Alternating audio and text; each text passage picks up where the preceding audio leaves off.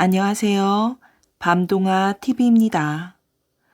오늘 준비한 옛 이야기도 재미있게 들으시고 편안한 휴식 가지시길 바랍니다. 고려로 온 베트남의 왕자. 고려는 다른 나라와 무역을 활발하게 하는 열려있는 나라였어요. 인종과 피부색에 상관없이 외국인을 모두 받아들여 한반도에서 자유롭게 살게 해주었지요. 고려의 귀화에서 살았던 외국인이 중국인, 여진인, 거란인, 몽고인, 서역인 등 17만여 명에 이르렀다고 하니 엄청나지요. 그 가운데는 고려 역사에 그 이름을 남긴 뛰어난 인물들이 많이 있답니다. 광종 때 과거 시험 제도를 들여온 호주 출신의 쌍기를 비롯하여 총명하고 박학다식하여 예종 때 보문각 대제를 지낸 송나라 복주 출신의 호종단, 묘청의 난으로 고생하는 인종에게 명문의 상소문을 올린 송나라 출신의 임완 등 많은 기화 외국인들이 눈부신 활동을 하였답니다. 그들 중에는 베트남 왕자의 신분으로 고려에 망명 와서 살다가 고종 때 옹진에서 몽골군을 크게 물리친 인물이 있었답니다. 그가 바로 언제나 백마를 타고 다닌다고 해서 옹진 백성들에게 백마 장군이라고 불렸던 이용상이랍니다. 이 용상은 구대 217년 동안 이어진 베트남의 안남국 이씨 왕조의 6대 왕인 이천조의 동생이자 8대 왕 해종의 숙부였지요. 그런데 해종의 외척인 진수도가 권력을 잡아 제멋대로 왕을 갈아치우고 나중에는 진시 왕조를 세움으로써 이용상은 외국으로 망명을 떠나게 되었답니다. 1226년 배를 타고 정처 없이 길을 떠난 이 용상은 한반도 옹진반도에 다다랐어요. 이때 이 용상은 도둑대에게 끌려가는 옹진 사람들을 구해주어 옹진 현령에게 정성스런 대접을 받았고 고종도 이 사실을 알게 되어 이 용상을 옹진성 동쪽 화산에서 살게 해주었어요. 그로부터 27년이 흘러 고종 40년인 1253년 7월 몽골군 1만 대군이 서해안으로 쳐들어왔답니다. 그러자 옹진 현령은 이용상에게 달려와 도움을 청하였어요. 이에 이 용상은 갑옷을 입고 나서서 삼면에 토성을 쌓고 쳐들어오는 적과 맞서 싸웠답니다. 이 용상이 온갖 작전으로 철저히 방어했기 때문에 몽골군은 5달이 넘도록 성을 점령하지 못하였어요. 몽골군 장수는 작전을 바꾸어 거짓으로 항복하겠다고 청하고 커다란 황금 상자 5개를 예물로 보내왔답니다. 그리고 정예 병사 1,000명을 성 밖에 대기시켜 곧바로 공격할 채비를 하였지요.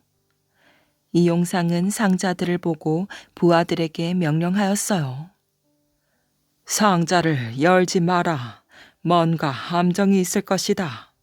우선 상자의 구멍을 뚫고 그 속을 들여다보아라.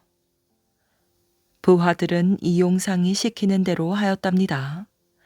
아니나 다를까 상자 속에는 칼을 품은 자객들이 각각 숨어 있었어요. 음흉한 녀석들이구나. 상자 속에 뜨거운 물을 부어라. 이 용상의 명령대로 부하들은 상자 구멍에 펄펄 끓는 물을 부었답니다. 그리하여 자객들은 모두 죽어버렸지요. 황금 상자들을 돌려받은 몽골군 장수는 적장은 신령한 장군이로구나. 도저히 그를 이기지 못하겠다. 하고 말하며 병사들에게 물러서라고 명하였어요. 그러나 몽골군은 이용상이 숨겨놓은 고려군의 기습을 받아 모두 죽고 말았답니다. 이 소식을 들은 고종은 이용상에게 화산 땅 30리의 시급 2,000호를 상으로 주고 그를 화산군으로 봉했답니다. 그 후 이용상은 고향을 그리워하며 살다가 생애를 마쳤다고 해요. 그의 후손들은 그를 화산 이씨의 시조로 모셨는데 대대로 뛰어난 인물들이 나와 집안을 빛냈다고 한답니다. 단풍잎이 붉은 이유. 아주 옛날 이 세상이 처음 만들어졌을 때 이야기랍니다. 사람과 동물은 떠다니는 섬을 타고 다녔어요. 또 때로는 무지개 다리를 건너 다니며 놀았답니다. 어디를 가도 먹을 게 풍부해서 배고픔이 뭔지 몰랐지요. 날마다 즐거운 일들만 있었고 싸움이란 게 뭔지도 몰랐어요. 그런데 이렇게 아무 걱정이 없다 보니 동물들은 좀 심심하다는 생각이 들었어요. 그래서 내기를 벌이기로 하였지요. 내기 종목은 달리기였답니다. 숲속의 온갖 동물이 모여들었어요. 그 가운데는 물론 꽤 많은 여우도 있었지요. 여우가 가만히 보니 자기보다 잘 달리는 동물들이 얼마든지 있었답니다. 그래서 여우는 잔꾀를 내었어요. 어차피 내가 1등을 할 수 없다면 다른 놈들도 할 수 없게 만들자. 이렇게 생각한 여우는 산토끼 형제들에게 찾아가 속닥거렸지요. 예, 산토끼 형제들아. 내 말만 잘 들으면 너희가 1등을 할 수 있어. 어때? 너희들 달리기 시합에서 1등을 하고 싶지 않니? 산토끼 형제들은 귀가 솔깃해서 여우의 말을 들었어요. 드디어 출발 신호가 울리고 동물들은 힘껏 달리기 시작했답니다. 늑대도 원숭이도 사자도 코끼리도 열심히 달렸어요. 하지만 아무도 사슴을 따를 수가 없었지요. 사슴은 자랑스럽게 맨 앞에서 달렸어요. 그런데 도착 지점이 가까워오자 이상한 일이 벌어졌답니다. 분명 아까는 눈에 보이지 않던 산토끼가 불쑥 앞으로 뛰어나와 달리는 것이었어요. 산토끼는 하나도 힘들어 보이지 않았답니다. 그래요. 여우의 계략이 바로 그것이었지요. 달리는 지점마다 비슷하게 생긴 산토끼 형제들을 세워두고 달리게 한 것이었답니다. 그러니까 산토끼 형제들만 이어 달리기를 한 셈이지요. 다른 동물들은 모두 처음부터 끝까지 혼자서 뛰는데 산토끼 형제들만 짧은 거리를 나누어 뛰었으니 숨이 차지 않은 것은 당연한 일이었어요. 그렇게 해서 산토끼가 1등으로 도착했답니다. 심판관 곰은 산토끼에게 1등을 선언하였어요. 그러자 사슴은 화가 났답니다. 분명 무언가 속임수가 있어. 그런데도 곰은 토끼한테 1등을 주다니 정말 미련한 심판관이야. 사슴은 그렇게 생각하며 곰을 째려보았어요. 그러고는 이내 찬바람을 쌩 일으키며 가버렸지요. 사슴이 그러니까 곰도 기분이 언짢아졌어요. 그래서 사슴을 쫓아가 왜 그러느냐고 물었답니다. 그런데 사슴은 대답은커녕 화를 버럭 내며 소리쳤지요. 야, 이 미련한 놈아, 저리 비켜. 그러자 곰도 화가 나서 소리쳤어요. 아니, 자기가 못나서 1등을 못 해놓고 괜히 심술이야. 그 말을 들은 사슴은 너무나 화가 나서 뿔로 곰을 받아버렸어요. 그러고는 분이 풀리지 않아 정신없이 곰을 찔러대었지요. 이 모습을 본 늑대가 달려와 사슴을 말렸답니다. 사슴은 늑대를 피해 도망갔어요. 도망치는 사슴의 뿔에 묻은 곰의 피가 단풍나무 잎 위로 방울방울 떨어졌답니다. 이 일이 일어난 뒤 해마다 가을이면 단풍나무 잎은 붉은 핏빛으로 물들었어요. 싸움의 끝장이 어떠한 것인가를 동물들에게 일깨우기 위해 하느님이 그렇게 만들어낸 것이라고 한답니다. 형제가 놓친 늙은 여우의 새끼. 암흑같이 어두운 절간에서 으시시한 소리가 들리기 시작하였어요. 그날따라 승려들이 모두 마을에 내려가고 절간에는 신현, 신즙 형제만이 글을 읽고 있었지요. 신현, 신즙 형제는 고려 충수광 때의 인물로 형 신현은 역학자이자 물리학자로 동생 신즙은 의학자로 명성이 높았답니다. 특히 역술에 능통한 신현은 그 재주가 비상하여 어릴 때부터 주위 사람들을 놀라게 하였어요. 형님, 방금 저 소리 들었습니까?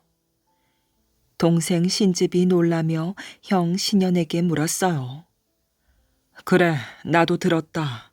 하지만 사나이 대장부가 그가 괴상한 소리 때문에 글 읽는 것을 멈춘단 말이냐. 모름지기 대인은 사소한 것에 신경 쓰지 않는 법이다. 어서 글을 읽자꾸나. 신현이 형답게 동생을 나무라며 말하였어요. 그리하여 형제는 다시 글을 읽기 시작하였지요.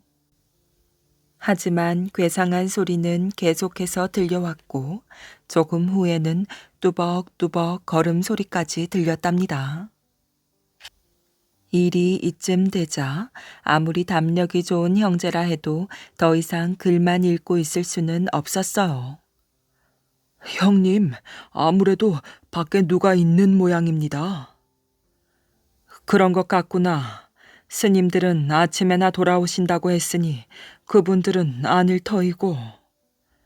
소리가 괴상한 것을 보면 혹 도깨비나 귀신이 아닐까요? 글쎄, 한번 나가봐야겠구나. 형제는 함께 소리가 나는 곳을 향해 조심스럽게 걸음을 옮겼어요. 소리는 절 마당에 있는 탑 쪽에서 들려왔답니다. 형제가 탑 근처에 다가갔을 때였어요. 싸늘한 기운이 느껴지더니 갑자기 흉물스러운 물체가 눈앞에 나타났지요.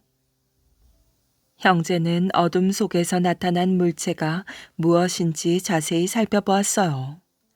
그것은 다름 아닌 죽은 지 얼마 안 되어 보이는 시신이었지요. 시신은 온전한 상태가 아니고 얼굴과 신체 여기저기가 찢어지고 팔다리가 뒤틀린 채로 몸을 흔들거리며 서 있었어요. 흐흐흐. 시체의 뒤틀어진 입에서는 여전히 괴상한 소리가 나오고 있었으나 더 이상 그들 형제에게 다가오지는 않았답니다. 형제는 너무 놀라 정신을 차릴 수가 없었으나 잠시 후 놀란 가슴을 가다듬고 방으로 돌아왔지요. 신현이 잠시 생각에 잠기더니 아직까지 무서운 듯 떨고 있는 신즙에게 말하였어요. 즙아, 네가 잠시 저 시체를 지키고 있겠느냐? 예, 제가요? 형님은 어디를 가시게요? 신현의 말에 신즙이 더욱 놀라 물었답니다. 우리 둘 중 하나는 마을로 내려가서 이 시체의 주인을 찾아야겠다. 시체의 주인을 찾다니 그게 무슨 말씀이세요? 마을에 가면 분명 시체를 잃어버린 초상집이 있을 것이다. 그 집에 가서 시체가 여기 있다고 알려줘야겠구나. 형님, 날이 밝은 다음에 알리면 안 됩니까? 날이 밝으면 저 시체가 없어질 것이니 지체할 수가 없구나. 어떻게 하련 네가 남아있겠느냐? 아니면 마을에 가겠느냐? 신현의 말에 신즙은 아무래도 시체와 있기보다는 마을로 가는 것이 나을 듯하여 밤길을 나서기로 하였지요. 신즙을 마을로 보낸 신현은 계속해서 들리는 괴상한 소리에 신경을 쓰지 않으려고 글 읽는데 더욱 몰두하였어요. 괴상한 소리가 크게 들리면 들릴수록 신현의 책 읽는 소리 또한 커졌답니다. 그러기를 2시간. 괴상한 소리가 점점 작아지더니 갑자기 털썩하고 쓰러지는 소리가 들렸어요. 절가는 곳 신현의 글 읽는 소리만이 울려 퍼졌지요. 잠시 후 동생 신즙이 마을 사람들과 함께 횃불을 밝혀들고 나타났답니다. 마을 사람들 중 몇 명이 쓰러져 있는 시체를 살펴보더니 크게 놀라며 말하였어요. 분명 우리 할아버지가 맞습니다. 그런데 어째서 이런 곳에 와 있는 것일까요? 요즘 다른 집에서도 시체가 없어졌다는 소리를 들었는데 그 시체들도 이곳에 와 있는 게 아닐까요? 도련님들이 이렇게 제 할아버지의 시체를 찾게 해주셔서 뭐라고 감사를 드려야 할지 모르겠습니다. 혹시 도련님들은 이 회개한 사건에 대해 무언가 짐작되는 것이 있으십니까? 마을 사람들은 신현, 신즙 형제가 범상한 사람들이 아니라는 소리를 익히 들어 알고 있었기에 혹시나 하는 마음으로 물어보았어요. 제가 짐작이 가는 것이 있사오니 여러분은 제 말을 믿고 따라주십시오. 그리하면 이런 일은 2번 다시 일어나지 않을 것입니다. 신현이 그렇게 말하고는 마을 사람들을 먼저 돌려보내었어요. 즈바, 마을에 내려가면 분명 오랫동안 방치해둔 사당이 있을 것이다. 그것을 서둘러 찾아내야 한다. 사당이요? 그래, 분명 어딘가 있을 것이다. 함께 내려가서 찾아보자꾸나. 신즙은 형이 이렇게 말하는 데에는 그럴 만한 이유가 있을 것이라 생각하고 서둘러 마을로 내려와 이곳 저곳을 살펴보았어요. 날은 이미 밝아 해가 중천에 떠 있었지요. 한동안 여기저기 살피고 다니던 신즙은 마을 뒤쪽에서 동산 모양의 작은 돌무더기를 발견했답니다. 신즙은 곧 형을 불러 돌무더기를 보여주었어요. 신현은 그것을 보자마자 마을 사람들에게 마른 장작을 가져다 돌무더기 위에 쌓으라고 말하였지요. 마을 사람들이 돌무더기 위에 장작을 다 쌓자 신현은 거기에 불을 질렀답니다. 불길은 순식간에 돌무더기를 애워쌌어요. 마을 사람들은 다소 겁먹은 표정으로 타들어가는 돌무더기 주위에 빙 둘러섰지요. 매캐한 연기가 시뻘건 불길을 뚫고 뭉게뭉게 피어올랐답니다. 불길은 맹렬한 기세로 돌무더기를 뜨겁게 달구었어요. 팽팽한 긴장감으로 마을 사람들의 이마에 굵은 땀방울이 얼룩져갈 무렵 갑자기 돌무더기 속에서 외마디 비명이 들렸답니다.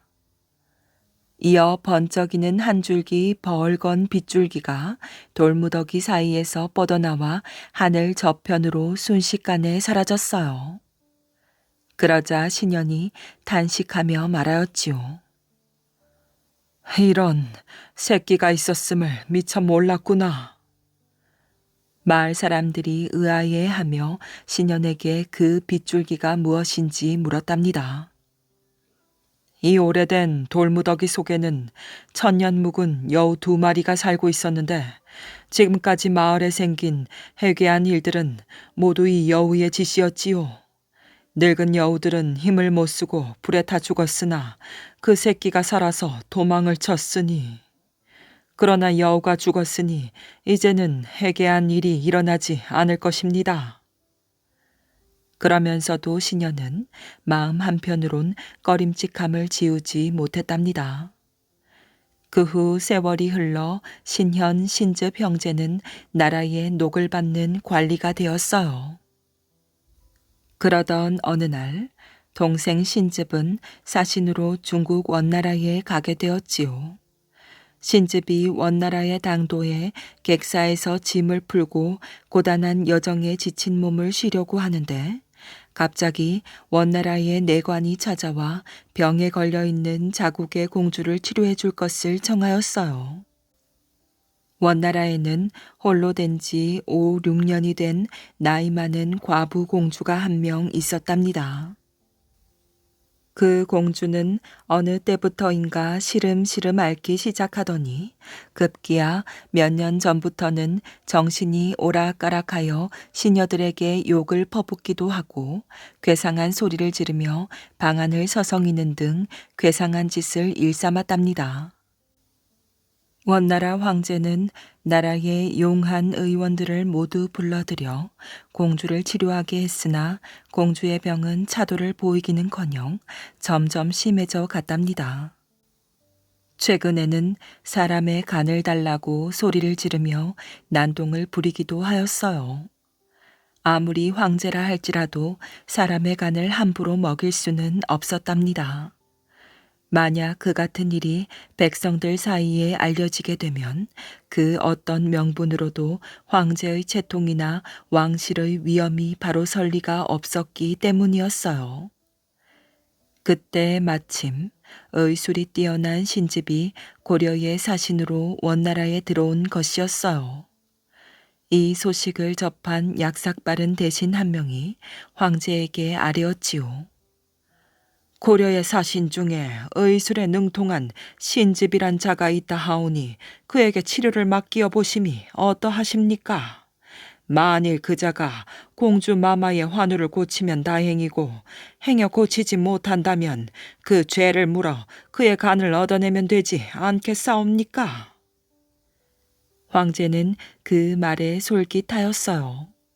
자국민이 아니라 고려인이라면 백성들의 동요도 크지 않을 것 같았지요. 당시 원나라 조정에서는 그만큼 고려를 얕잡아 보고 있었던 것이었어요. 이렇게 되어 신집은 원나라의 공주를 치료하라는 명을 받게 되었답니다. 다행히 원나라 내관이 황제의 명을 받고 찾아온 시각이 늦은 밤인지라 신집은 다음날 아침 일찍 궁궐에 들어갈 것을 약속하고 내관을 돌려보내었어요. 신집은 쉽사리 잠이 들지 못하고 객사뜰에 나와 밤하늘을 바라보았답니다. 이곳에 오기 전 형님이 말씀하신 애군이 바로 이것이로구나. 신집은 문득 사신 행차를 떠나오기 전날 밤에 형 신현이 집으로 찾아온 일이 생각났어요. 그날따라 신현의 안색은 몹시 어두웠지요. 원나라에 들어가면 아우에게 혹시라도 애군이 생길지 모르니 내가 일러주는 이 글을 한 수 외워가거라. 신집은 그날 밤 형 신현이 일러준 시를 천천히 되뇌었답니다.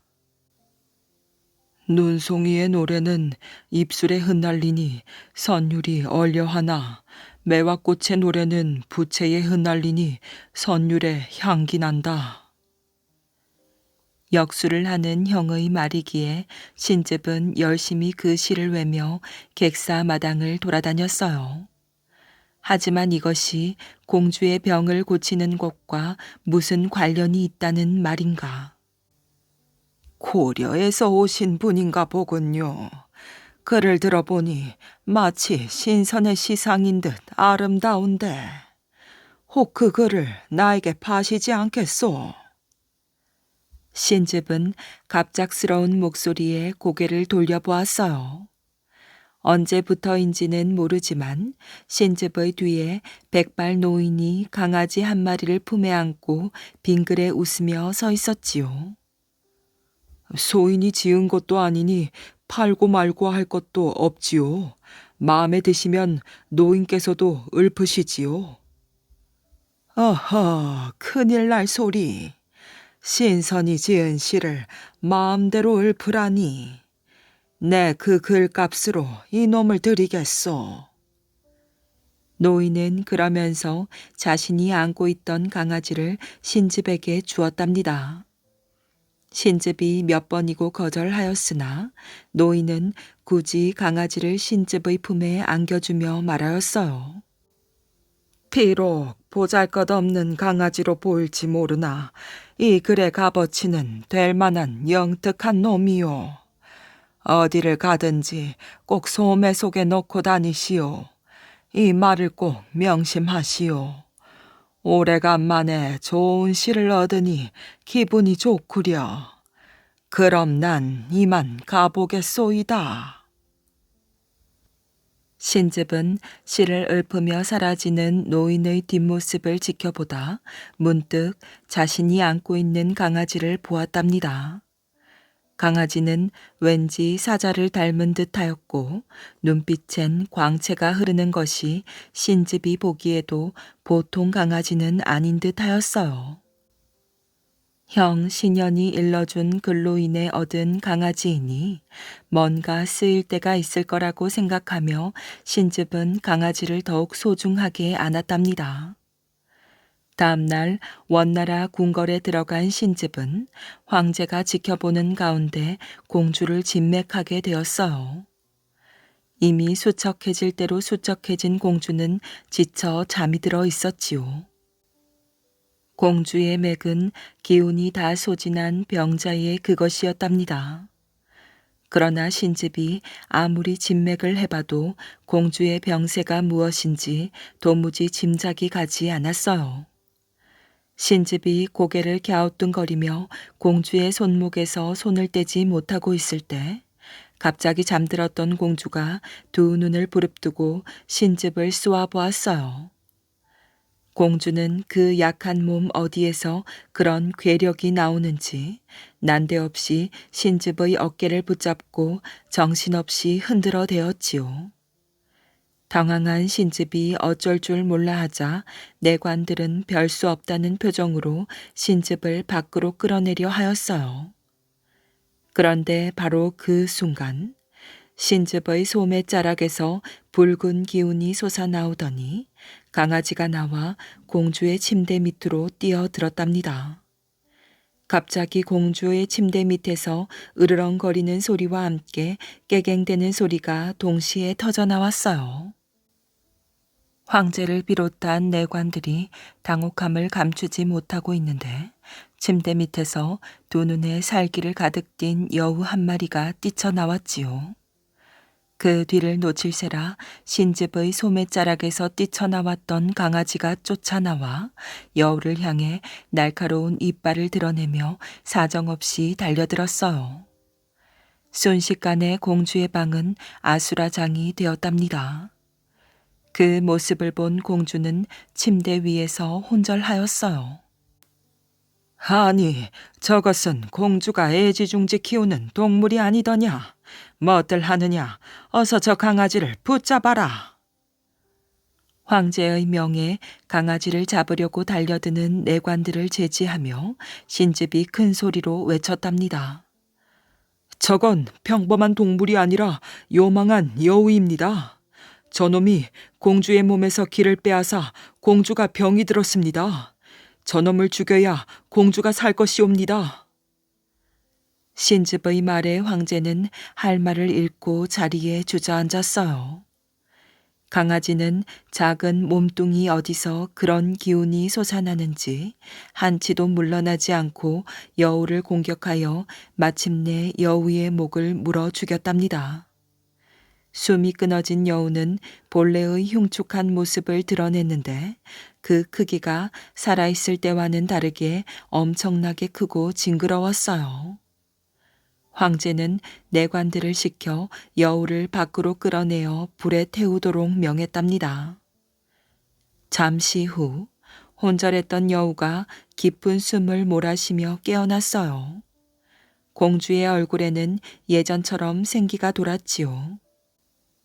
황제는 공주를 치료한 신즙에게 큰 상을 내리고 공주는 병의 근원이 여우였음을 알고는 경악을 금치 못했답니다. 고려로 돌아온 신즙이 형 신현에게 모든 일의 전말을 얘기하자 신현은 그 여우가 바로 지난날 자기가 불태워 죽였던 늙은 여우의 새끼라고 알려주었어요.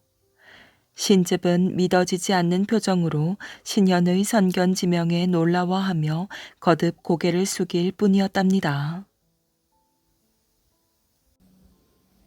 제발절인 도둑. 옛날 어느 마을에 한 농사꾼이 소를 한 마리 길렀답니다. 한 번은 집안에 큰일이 생겨 소를 팔게 되었지요. 소를 몰고 장에 가서 팔았는데 소 판 돈이 제법 많을 것 아니겠어요? 엽전 꾸러미가 묵직하니 한 보따리나 되었지요. 그걸 어깨에 둘러매고 집으로 돌아왔답니다. 오다가 마을 어귀에 잔치하는 집이 있어 이 사람이 거기에 들어갔어요. 옛날에는 잔치집에 마을 사람들이 다 모여서 떠들썩하게 먹고 놀고 그랬거든요. 이 사람도 그 틈에 끼어 국수 한 그릇을 얻어먹고 놀았답니다.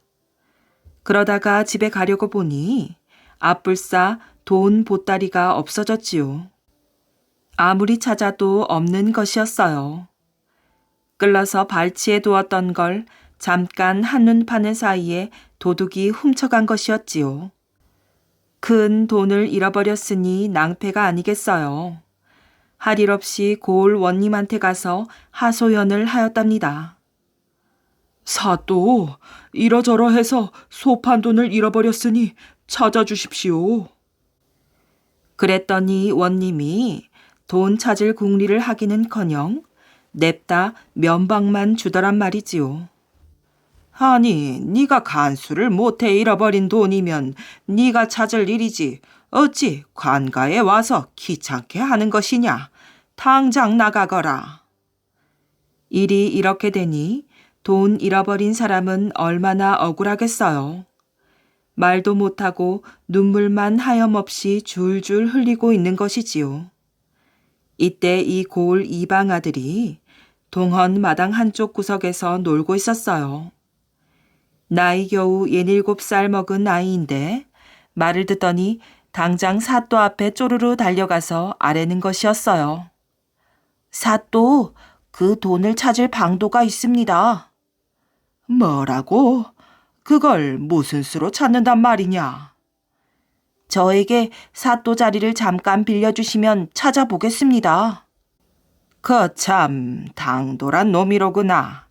그럼 어디 네가 이 자리에 앉아서 해보아라. 원님이 혀를 차면서 자리를 비켜줬지요. 그랬더니 아이가 원님 앉는 자리에 달랑 올라앉아서 당차게 호령을 하였어요. 여봐라, 어서 가서 그 잔치집에 있는 사람들을 다 데려오너라. 그래서 사령들이 우르르 달려가서 잔치집에 있던 사람들을 다 데려왔답니다.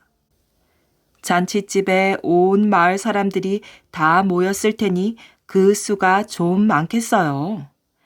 데려다가 주르르 앉혀놓으니 동원들이 그득하였지요. 그렇게 앉혀놓고는 다시 쓰다 달다 말이 없었지요. 그냥 가만히 앉아서 멀뚱히 바라보고만 있는 것이었어요. 해가 뉘엿뉘엿 할 때까지 마냥 그러고 있으니 모두들 좀이 쑤실 것 아니겠어요? 잡혀온 사람들도 웅성웅성하고 구경하던 백성들도 수군수군 하였지요. 이쯤 되니 그제야 이방 아들이 한마디를 하였어요. 이제 모두 돌아가거라. 싱겁기 짝이 없었지요. 한참 좀이 쑤시던 판이니 모두들 앞다투어 빠져나가기 바빴답니다. 그런데 이때 아이가 갑자기 벌떡 일어서더니 발로 마루청을 한번 쾅 고르면서 집이 떠나갈 듯이 소리를 치는 것이었어요. 돈 훔쳐간 놈은 당장 그 자리에 앉아라. 그러니까 정말 한 사람이 그 자리에 탁 주저앉더래요. 도둑이 제발 저린다고 마음 놓고 가는데 갑자기 뒤에서 돈 훔쳐간 놈은 앉아라 하니 엉겁결에 주저앉은 것이지요. 총명한 아이의 지혜로 도둑을 잡고 돈도 찾게 되었답니다. 공주를 구한 일곱 가마.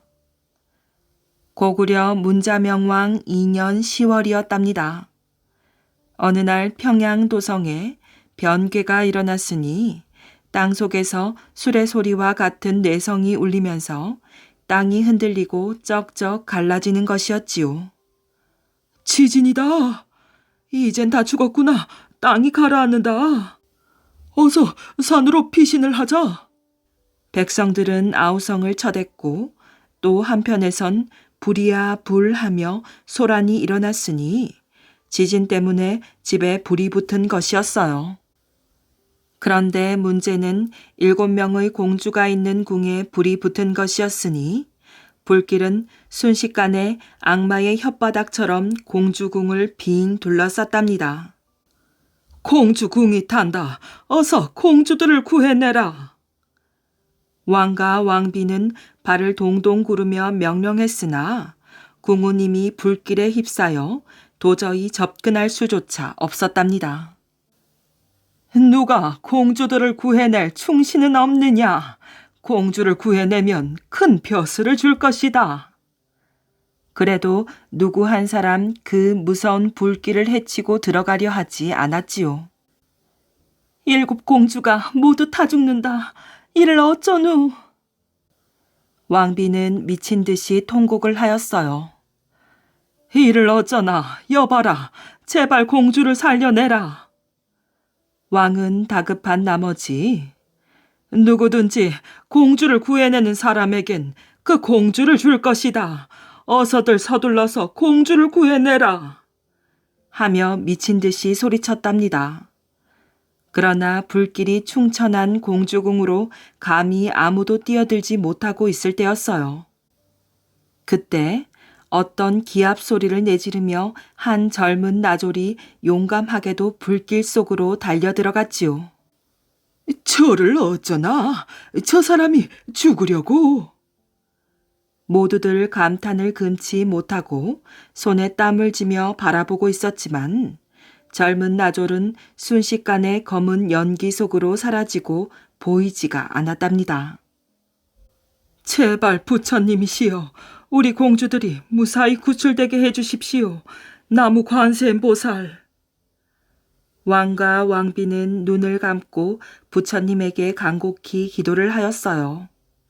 한편 불길 속으로 뛰어든 나졸이 이리저리 살펴보니 7명의 공주들은 공주궁 뒤뜰에 모여서 어찌할 바를 모르고 있었지요. 공주님들, 소인이 공주님을 구출하러 왔습니다. 젊은 나졸은 불 속에서 이렇게 외쳤으나 무서운 불길을 뚫고 어떻게 공주들을 구출한단 말이겠어요. 나졸이 당황해하고 있는데 갑자기 가마를 걸머진 사람들이 나타났으며 모두 7채인 가마는 앞 뒤에서 2사람씩 메고 있었지요. 공주님들은 안심하고 어서 이 가마에 오르십시오. 그들은 7 공주를 각각 가마에 태운 후 가마를 메고 불길 속을 헤쳐나가고 있었어요. 나졸도 그들의 뒤를 따랐으나 불길은 조금도 뜨겁지가 않아 모두들 무사히 궁 밖으로 나와서 모란봉 영명사 경내에 당도하였지요. 왕과 왕비는 공주들을 얼싸안고 기쁨의 눈물을 흘렸답니다. 그런데 공주를 태워온 가마와 가마꾼 14명은 온데간데 없이 사라져서 그 모습을 찾아볼 수가 없었지요. 아니, 이상도 하다. 신기한 가마와 가마잡이는 모두 어디로 갔단 말인가? 왕과 공주는 그 고마운 가마꾼들을 찾았으나 간 곳이 묘연할 따름이었지요. 아니, 이럴 수가? 한편 신기하게 생각한 나졸이 영명사 본존불 뒤에 있는 천체 불상을 보니 그 불상들은 모두 불에 그을리기도 하고 한쪽 팔과 다리가 떨어져 나간 흉한 몰골이었지요. 오라, 공주들을 구출한 것은 바로 저 불상들이었구나. 비로소 사람들은 7 공주를 구출해낸 것이 불상들이라는 것을 알게 되었답니다. 이 소식을 들은 왕은 매우 기뻐하며 부처님께 감사의 제를 올리고 각처에 절을 지어 더욱 부처님을 돈독하게 섬겼답니다. 이러한 사실이 백성들에게도 널리 전해져서 그 후부터는 고구려에서 불교에 대한 신앙심이 매우 높아졌다고 한답니다. 곱단 할멈과 꽃단 할멈. 곱단 할멈과 꽃단 할멈은 한 마을에 살았답니다. 곱단 할멈은 절룩절룩 다리를 절었고 꽃단 할멈은 박박벅벅 온 몸을 긁어댔지요. 두 할멈은 젊은 나이에 영감을 잃고 자식도 없어서 외로운 처지였답니다. 곱단 할멈은 홀홀홀 웃고 꽃단 할멈은 쯧쯧쯧 혀를 차며 친자매처럼 지내었지요. 어느 해 봄이었어요. 꽃단이 나물 캐러 가세. 이른 아침 곱단 할멈이 꽃단 할멈을 찾아갔어요. 손바닥이 가려워서 못 가네. 꽃단 할멈이 방문을 활짝 열고 손바닥을 박박 긁어대었지요. 내가 대신 캐주지. 나물도 못 캐는데 가면 뭘 하나. 꽃단 할멈이 손바닥을 벅벅 긁고는 방문을 탁 닫았답니다. 나물 캐서 죽 끓이면 한 그릇 갖다 주겠네. 곱단 할멈은 콧노래 부르며 절룩절룩 들판으로 나갔지요. 곱단 할멈이 버드나무 그늘 아래에 앉아 쉴 때였어요. 할머니, 할머니 도와주세요. 누구냐? 저예요. 두더지가 땅굴 밖으로 머리를 쏙 내밀었어요. 귀염둥이로구나. 무얼 도와줄까? 눈에 흙이 들어갔어요. 후 하고 한 번만 불어주세요. 그거야 식은 죽 먹히지. 곱단 할멈은 두더지 눈을 후 하고 불어주었지요. 할머니, 늪지대 근처에 가면 싱싱한 고비가 많답니다.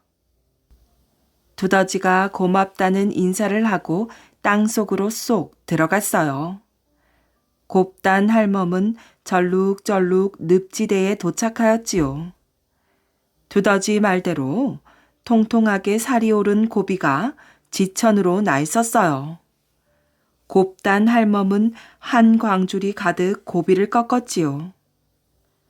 다음 날이었어요. 꽃단이 나물 캐러 가세.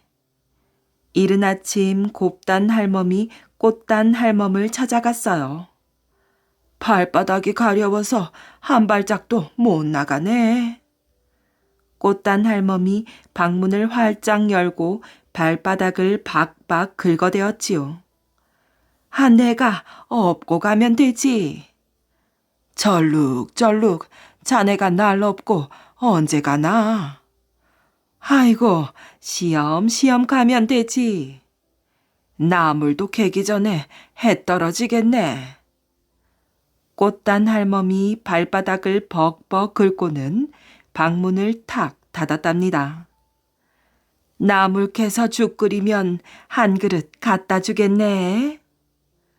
곱단 할멈은 콧노래 부르며 절룩절룩 들판으로 나갔지요. 곱단 할멈이 바위에 앉아 쉴 때였어요. 할머니, 할머니 도와주세요. 누구냐? 저예요. 바위 틈에서 두꺼비가 풀쩍 뛰어올랐어요. 멋쟁이로구나. 무얼 도와줄까? 목말라요.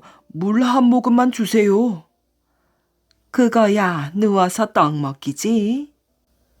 곱단 할멈은 조롱박 속 물을 두꺼비에게 나누어 주었어요.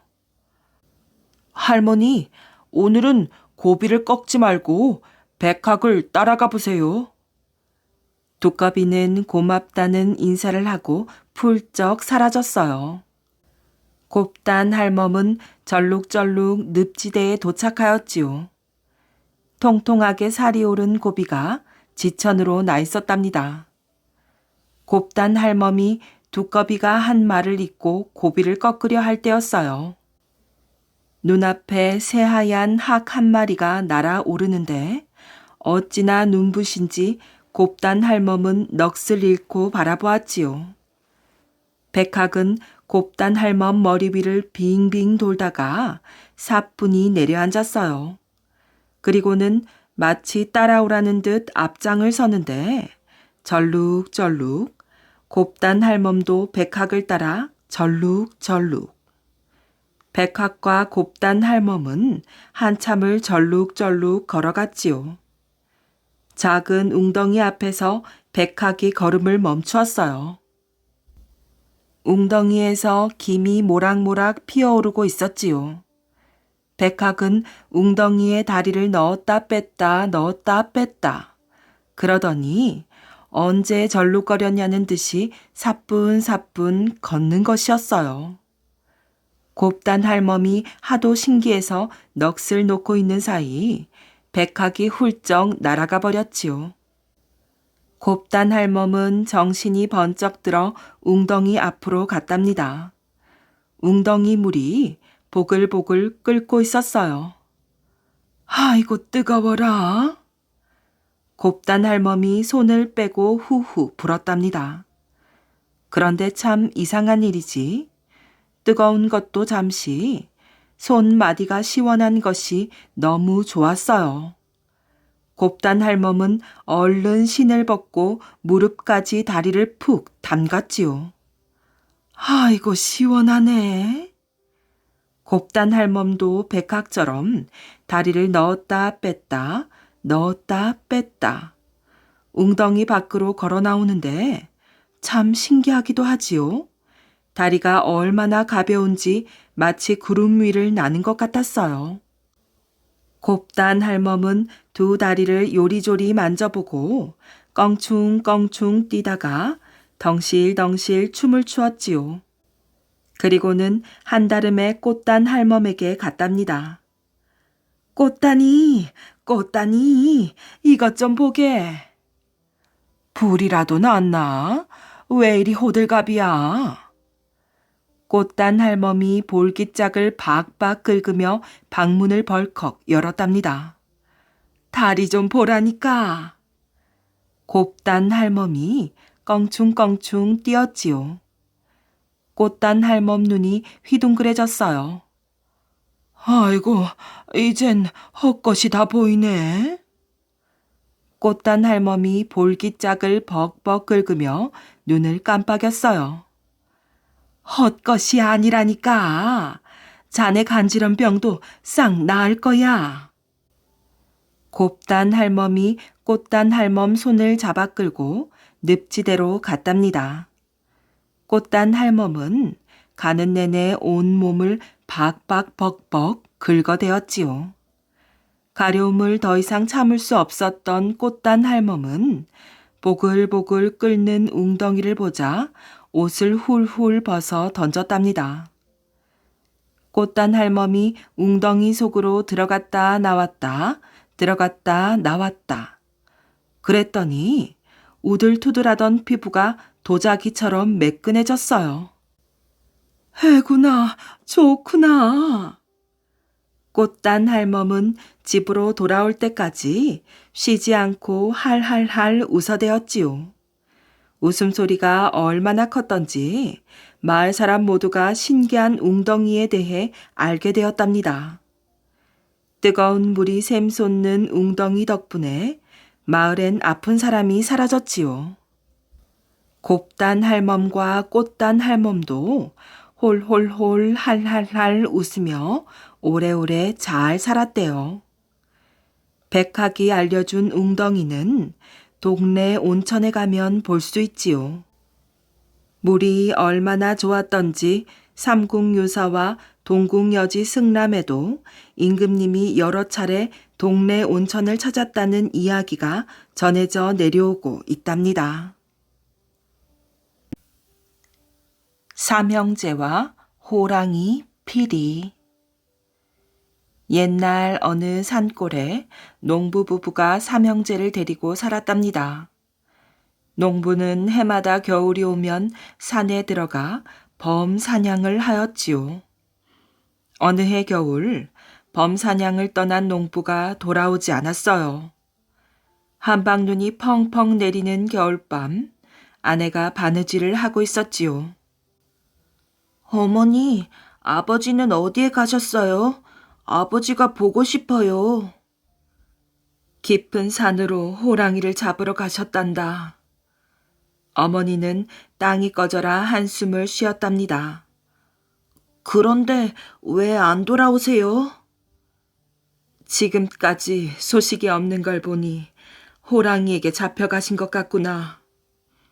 어머니와 세 아들은 눈물을 글썽거렸어요. 이날부터 삼형제는 활 쏘기와 무술 연습을 시작하였지요. 처음에는 산에 올라가 토끼와 노루를 잡았답니다. 사냥 실력이 늘자 여우와 승냥이를 잡으러 다녔지요. 몇 년이 흐른 어느 날 삼형제는 어머니 앞에 무릎을 꿇었어요. 어머니, 저희가 아버지를 찾아 떠나겠어요. 삼형제의 표정은 자신만만하였지요. 너희들의 재주부터 시험해 봐야겠구나. 어머니는 부엌에서 물동이를 가지고 나와 머리에 이었답니다. 자, 너희들은 활을 쏘아 물동이를 마치도록 하거라. 어머니, 아무리 활을 잘 쏜다고 해도 어찌 어머니를... 삼형제는 생각만 해도 가슴이 떨렸어요. 그렇게 용기가 없어서 어찌 큰 일을 할 수 있겠느냐. 어머니는 머뭇거리는 삼형제를 보고 버럭 화를 내었답니다. 어머니, 그렇다면 제가 한번 해보겠습니다. 활을 제일 잘 쏘는 맏아들이 나섰지요. 맏아들은 물동이를 향해 활 시위를 당겼어요. 맏아들의 손이 부들부들 떨렸답니다. 사는 녀석이 그렇게 떨어서야 어찌 호랑이를 잡겠느냐. 어머니의 말에 맏아들은 다시 한번 활을 들었어요. 휙! 맏아들의 화살은 물동이를 뚫고 지나갔지요. 휙! 용기를 얻은 둘째 아들의 화살이 맏아들이 뚫은 뒤쪽 구멍을 막았답니다. 휙! 마지막으로 막내 아들의 화살이 맏아들이 뚫은 앞쪽 구멍을 막았답니다. 어머니가 물동이를 땅에 내려놓았을 때 물은 전혀 새지 않았지요. 잘했구나. 하지만 활을 잘 쏜다 하여 자만하지는 말거라. 어머니는 칭찬하면서도 당부의 말을 잊지 않았답니다. 이튿날 삼형제는 활을 메고 집을 나섰지요. 삼형제는 허리까지 쌓인 눈을 헤치며 산으로 들어갔어요. 열흘 후 구름봉이 보이는 산 등성이에 올라섰어요. 호랑이가 많이 산다는 구름봉이다. 우리는 활을 잘 쏘니 호랑이를 잡는 건 문제 없을 것이야. 여기서부터 흩어져서 호랑이를 찾아보자꾸나. 맏형은 사방을 둘러보며 동생들을 바라보았어요. 삼형제는 흩어져 호랑이를 찾기 시작하였답니다. 어느 날 막내 동생 앞에 하얀 옷을 입은 소녀가 불쑥 나타났지요. 어디로 가는 길이세요? 이 산속길은 제가 잘 압니다. 소녀는 스스럼 없이 말을 건넸어요. 이 소녀가 혹시 귀신은 아닐까? 이런 곳에 소녀 혼자 올 리가 없는데. 막내 동생은 소녀가 의심스러웠지요. 구름봉으로 가는 길을 몰라 이렇게 헤매고 있단다. 막내 동생은 시치미를 떼며 물었답니다. 그럼 저를 따라오세요. 막내 동생은 소녀의 뒤를 쫓으며 유심히 살펴보았어요. 소녀의 걸음걸이가 이상했답니다. 휙! 막내 동생은 주저없이 활을 쏘았지요. 소녀는 어흥 소리를 내며 큰 호랑이가 되어 푹 쓰러졌어요. 잠시 후 이 골짜기 저 골짜기에서 호랑이들이 몰려왔지요. 막내 동생은 급히 나무 위로 올라갔답니다. 나무 꼭대기에 서서 호랑이를 내려다보았어요. 늙은 호랑이 한 마리가 화살에 맞은 호랑이 앞에서 피리를 불었어요. 아니, 호랑이가 피리를 불다니? 막내 동생은 눈을 동그랗게 떴답니다. 죽어있던 호랑이가 꿈틀거리며 움직이기 시작하였어요. 곧이어 호랑이의 다리가 움직이더니 벌떡 일어섰지요. 아니, 이럴 수가. 막내 동생은 입을 다물지 못하였어요. 호랑이들은 나무 밑에서 폴짝폴짝 뛰며 올려다보았지요. 그러더니 늙은 호랑이가 바닥에 납작 엎드렸답니다. 그 위로 다른 호랑이들이 올라탔어요. 호랑이들은 탑을 쌓듯이 나무 위로 올라왔지요. 휙! 막내 동생은 맨 위에 있는 호랑이를 향해 활을 쏘았답니다. 화살은 맨 밑에 있는 호랑이까지 꿰뚫고 땅에 박혔지요. 호랑이들은 순식간에 와르르 무너졌어요. 나무 위에서 내려온 동생은 피리를 불던 늙은 호랑이에게 다가갔어요. 늙은 호랑이에게 피리를 빼앗아 이리저리 살펴보았지요. 피리는 번쩍번쩍 빛나는 금 피리였답니다. 얼른 형들을 찾아야겠구나. 막내 동생은 산속을 뒤지며 형들을 찾기 시작하였어요. 고개를 막 넘었을 때 둘째 형이 짐승에게 물린 채 쓰러져 있었답니다. 막내 동생은 얼른 피리를 꺼내 불어보았어요. 피리를 불자 형은 기지개를 켜며 일어났지요. 형님, 살아나셨군요. 괜찮으세요? 그게 무슨 소리냐? 내가 잠시 잠을 잔 것 같은데. 막내 동생은 그동안 있었던 일을 얘기하였지요.